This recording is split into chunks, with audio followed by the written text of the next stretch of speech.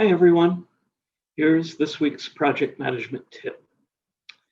Now, this week, let's look at how to manage the risks of fixed price contracts. Now, let's clarify this, that finances are pretty complex. We're talking about risk to the seller. Buyers like fixed prices since they know exactly what their budget is going to be, but it's the seller, perhaps the person providing project management services or other contracting services, who has the most risk to manage. So here are my top 5 ways to manage this. Number 1 is make sure there are well-defined scope and specifications. Having a well-defined project scope and any necessary specifications in writing will make it easier to manage and estimate. Uncertainty leads to errors. More clarity leads to better results. Number 2, diligently complete estimates.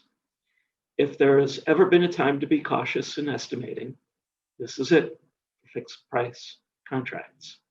Obviously, you're not going to be able to sandbag, but a carefully thought out and documented estimate provides a solid basis for success. Be sure to have it carefully reviewed and drill down wherever there is uncertainty or poorly defined specifications. This is a great place to look at historical information on similar projects to see how well they did. Number 3, track all expenditures as they happen, not when the invoice arrives. Problems like delayed mail or slow vendor billing can allow problems to go unseen. So estimate every expenditure and then compare it to the actuals and use earned value methods if possible. Any deviations or unresolved differences need an immediate review to dig in. Number 4, track time as carefully as costs. And this is because time often is money. Lost time can translate to unexpected costs. And finally, number 5, don't be afraid to negotiate. It's called fixed price, but the unexpected still happens. Obviously, things like, I forgot to add it, aren't going to fly. But legitimate additional time, expense, or scope can be negotiated if the costs become excessive. My company was the buyer of a fixed price contract that went on for an additional year or so because the company had an internal change of plans and was unable to assist the seller with certain aspects of the project that were originally promised.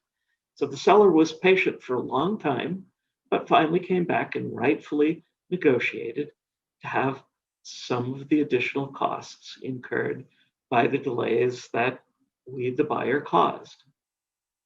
So that covers my list and my tips for this week. Thanks for listening and watching in.